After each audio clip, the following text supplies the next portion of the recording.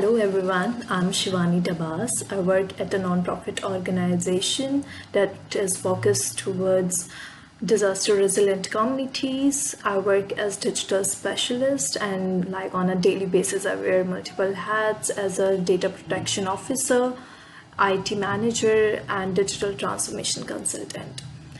I'm an exemplar Global Six Sigma certified trainer, and through my experience in these 3 years, I have experienced a good relation between Six Sigma and digital transformation. So let me just take a quick brief, how can Six Sigma be integrated into a digital transformation journey of any form of the organization, say healthcare, food and retail, or humanitarian sector. So let's just start. So Six Sigma is a widely practiced leadership framework and management methodology that drives business improvements. So as a quality method, Six Sigma has always undergone developments into the marketplace, first with the design for the Six Sigma, now with the new Six Sigma, and soon with digital Six Sigma. Six Sigma is in fact an umbrella term, a trusted brand, under which various management disciplines are being integrated by leading companies such as Motorola and linked to powerful change management programs. But the introduction of a Six Sigma program, getting focus on the key priorities and scaling up to achieve meaningful results, has proved challenging for many organizations. As challenging as the process improvements Six Sigma seeks to provide. Training is today the cornerstone for implementing Six Sigma with those who excel becoming the black belts or who want to inculcate the Six Sigma methodologies in their organization processes to improve their productivity and the quality. But training won't only suffice as a foundation for living up the Six Sigma, for tools commensurate to the task are needed, leading to the emergence of digital Six Sigma, an approach built on the foundations of the new business process management systems together with the process portals and integrated of the Six Sigma workbench tools. Now, what drives the quality through Six Sigma? The need for even more powerful business processes tools has grown in step with the growth of the quality movements in the 1980s, to which consider Christopher Scott's story of Sue Unger, the former finance executive turned CIO who presides over one of the world's largest IT groups at one of the world's largest companies. The gross cost to 157 billion, Tamer Chrysler. So perhaps the toughest assignments for Unger was in the mid-1980s when Lee Iacocca turned the other big three under the warranty wars. Mid-1980s, this was upcoming the coverage to 7 years or 70,000 miles. Unger was the finance management who had to figure out whether Chrysler would lose what was left to its tattered shirt on warranty repair. This was an assignment Unger didn't choose herself. Warranty and quality were chaotic backwaters. Engineer used dollies to deliver the stacks of paper that quality analysts needed to pour through to generate their monthly quality report. The paper was stacked so high you couldn't even see the analyst at their desk. Unger recalls, by law, Chrysler has to keep the warranty and the quality information on every part and every vehicle going back to 15 years. But getting the information about a part that failed last week was as difficult as finding one that blew up 10 years ago. Unger realized that if warranty and quality data went online, the engineers would be able to fix the quality problems much quicker. So naivety about the technology may have been a blessing in disguise. IT said it was impossible to put this much information in a database, much less to analyze it. Unger recalls, persistence won. Unger finally got the database technology she needed. Considering the Unger's warranty problem was one specific instance multiply her requirements across the Tamer Chrysler today, but then across the supply chain extended across the globe, the paper stacked on analysts' desks to accomplish these tasks would be so high to rival Mount Everest. while the need for the quality programs has never been more pressing.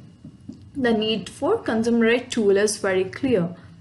So while Six Sigma represent the latest evaluation and evolutions in quality methods, the silos of information systems scattered across entire value chains create an immense challenge. So IT is once again in the inevitable position of having to see that the challenge is impossible.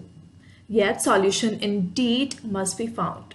While data-oriented analytical systems are a commodity available to the Six Sigma practitioners, process management systems are now emerging as a powerful foundations for digitizing the Six Sigma and applying it in even more complex business solutions and environments. The coming digital Six Sigma. So let me just take you through a brief presentation that will tell you what is Six Sigma, the history of Six Sigma, how it started. Why do we call it Six Sigma actually? We need to understand that part before going further for the training and incorporating the methodology in our organization.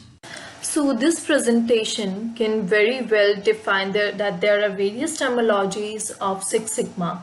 It is a vision and philosophical commitment to our consumers to offer the highest quality and the lowest cost products. It is also a metric that demonstrates the quality levels at 99.9997% performance for the product and the process that we deliver to the consumers. It is a benchmark of our product and the process's capability for the comparison to best in the class, a practical application of the statistical tools and the methods to help us measure, analyze, improve and control of our processes that we deliver to the consumer, and not forget it is a DMAC process improvement life cycle. So earlier we had a philosophical view that if we are giving a high quality product to our consumers, of course it's gonna incur higher cost. But today's belief after the Six Sigma introduction, we know a higher quality product at a lower cost. Thereby, better processes reduce the cost. So here you can see that there are two terms of Sigma. One is the 3 Sigma, another is the 6 Sigma. So how 6 Sigma is better than 3 Sigma? A 3 Sigma company spends 15 to 25 of sales dollars on the cost of the failure. A Six Sigma company spends near around 5% of the sales dollar on the cost of the failure. So which one goes better? A Six Sigma company. Again, it relies on inspection to find the defect, but a Six Sigma company relies on capable processes that don't produce the defects. Foremost, we need to see that Six Sigma believes 99% is good enough. But Six Sigma says, no, never. We have to go beyond 99.6%.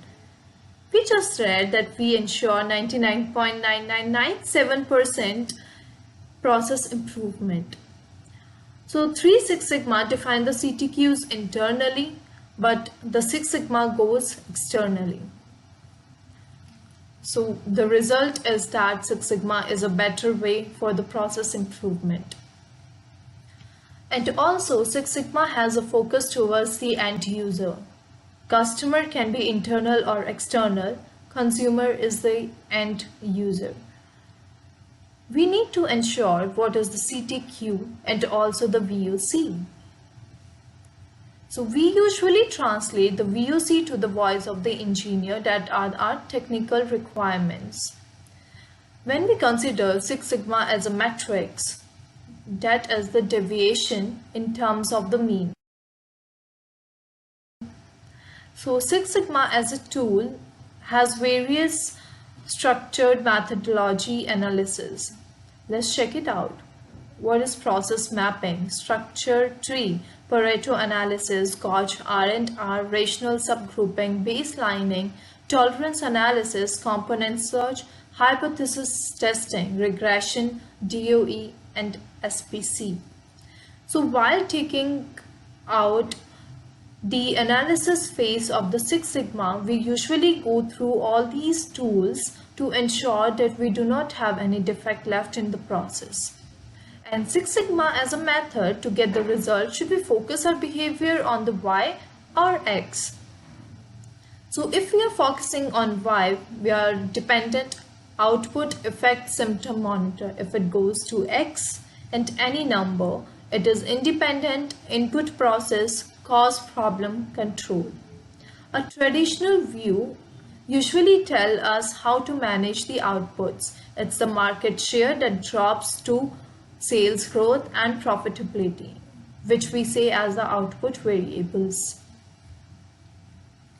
So let's start with the Six Sigma focus, like what a green belt is, what a black belt is, and what master black belt is. So green belt has a task that usually utilizes the statistical and the quality techniques, and they mentor the new green belts and accelerate the Six Sigma projects in the organizations. These projects usually last for 2 years.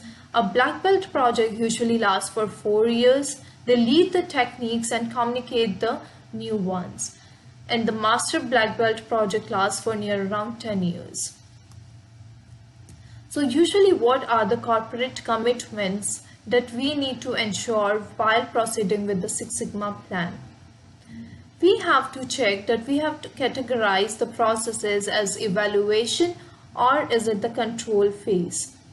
First, we need to define the problem, defect statement, project goals, understand the processes, define process mapping, historical performances, brainstorming the team, and the potential defect causes. Then go on to collect the data. It can be any form of the data type, defects, continuous defects, or the stable defects. Then we go on to check the measurement system evaluation, that we have a chart sheet for it. And then it goes to the process performance, process capability, CP and CPK. Here we also check the VOC and the CTQs. Then we understand the problems. Then after this complete measurement of our problems and the defects in the processes, we go forward to the analysis phase, where we use the statistical tools. So thereby, here we understand the process and the potential impacts. We need to understand also what kind of processes are we dealing with. So after using various tools and the statistical analysis, we come on to the solutions. So after deploying the solution to the organization, we have to ensure the control phase for at least 6 months.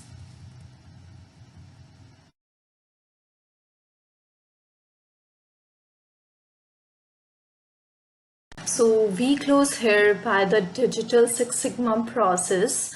So Six Sigma comprises a set of interlinked processes for definition, measurements, analysis, improvement, and control. There are also new Six Sigma processes for alignment, mobilization, acceleration, and governance. These processes cannot be packaged in the form of software applications. They must be modeled and executed in the unique circumstances of each company, and that's precisely where the BPM is fit in, because the design of the process must reflect how the company wishes to compete in the marketplace and how it wishes to improve its operations, products, and services. Also, end-to-end processes must map onto and consolidate the processes supported by the existing IT infrastructure and the hundreds of systems this company relies on, and how these have been deployed and customized. They must also reflect the unique ways in which the firm wishes to pursue Six Sigma quality, taking into account numerous practical factors in the business. So the conclusion of our complete topic is that a shared language for the expression of all the process is Six Sigma, and then move ahead to the Lean Six Sigma to remove the waste out of your processes.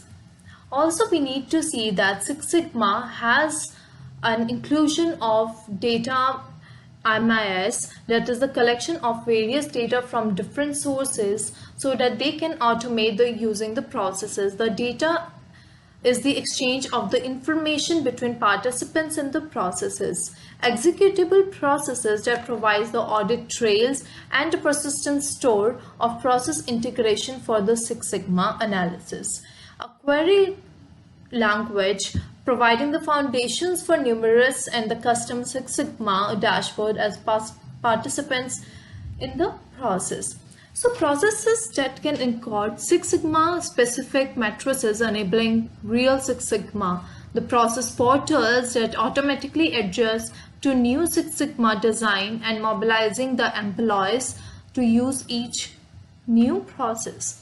So autonomous Six Sigma processes that can directly execute it, streamlining the Six Sigma effort, enabling the efficient knowledge transfer between the Six Sigma practitioners and the business leaders. Simulations that can have an active component simulating new process designs or providing simulation enhancement processes. So keep learning digital Six Sigma. And how do we apply this Six Sigma? So instances of the digital Six Sigma processes processed from design to execution to no requirement for traditional software development. The BPMS provides a process engineering environment that put processes at the heart of the architecture, opening the process manipulation for the process improvement and the business productivity, just as CAD, CAM put 3D models at the center of the product design, opening the possibility for the computer integrated manufacturing. Digital Six Sigma is CAD/CAM for business processes. It creates a shared environment for the process design and a path to the execution, closing the loop from strategy to the operations. So actions required for the process improvements are made visible to everyone in the extended enterprise, accelerating the adoption across the business units and the business partners. Here are the examples. So BPMS facilitates the DMAT process in at least the following ways: define the activity, measure the activity, analyze the activity, improve, and then control. So let's come to the old age conclusion. You cannot improve that which you cannot measure. So we add, you cannot effectively measure that which you cannot digitize. Bringing organization to the state of the excellence in today's global market depends on unprecedented requirements for the speed and customization that only business process management system can deliver. So if the organization adopt an ad hoc process to Six Sigma, they will reinvent the wheel in every new improvement object. On the other hand, analysts have shown how workflow, rules, and BPM speeds the implementation of the business transformation and the process improvement projects.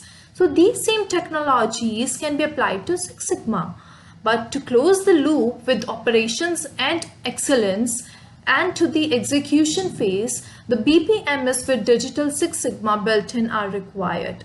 So the results are directly executable, end-to-end business processes that amplify the power of the Six Sigma by bringing it to the all processes. So good Six Sigma processes do not take winners. Winners make good Six Sigma processes, and your project goes successful.